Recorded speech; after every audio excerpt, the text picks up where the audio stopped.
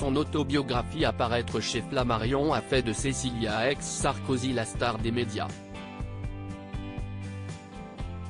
Le Point, elle met aussi bientôt télé, on évoque le grand journal et c'est à vous, ainsi que le JT de Laurent Delahousse. Cécilia est au cœur d'une stratégie de com'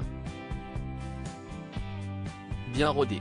Et pour cause, avec 70 000 exemplaires mis en place par son éditeur, son livre Une envie de vérité va prendre place sur les têtes de gondole des librairies.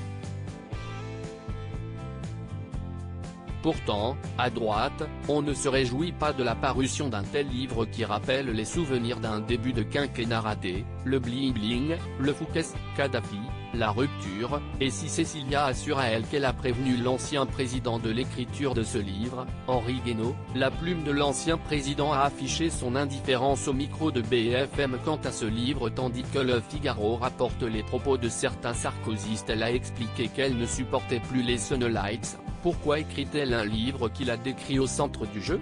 Quant à Éric Zemmour, il consacrait ce matin sa chronique sur RTL à Cécilia et son livre. Un billet d'humeur salée. Forcément.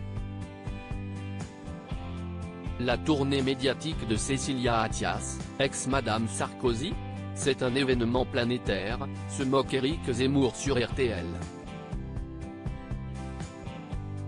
Cécilia parle.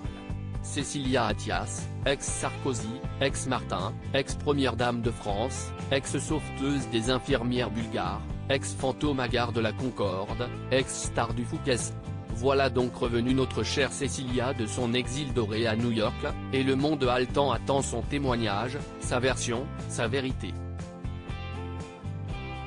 Avant de dresser une comparaison de l'ex-première dame et d'un autre personnage romanesque, Lady Di. Cécilia, c'est une nouvelle Diana.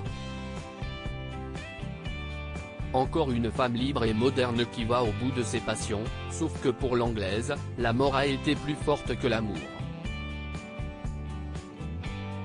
Notre époque a fait de Madame Bovary, dont Flaubert se moquait si cruellement, une idole, un modèle, une icône, un exemple à admirer et à suivre. Comme pour Diana, l'engouement médiatique autour de Cécilia révèle crûment l'évolution délétère de notre vie publique, où féminisation se conjugue avec psychologisation et pipolisation, où les citoyens sont transformés en midinettes pour mieux les aliéner. Un nouvel opium du peuple. À quand le biopic des amours de Cécilia et Nicolas? Assurément, Éric Zemmour ne fera pas plaisir des spectateurs.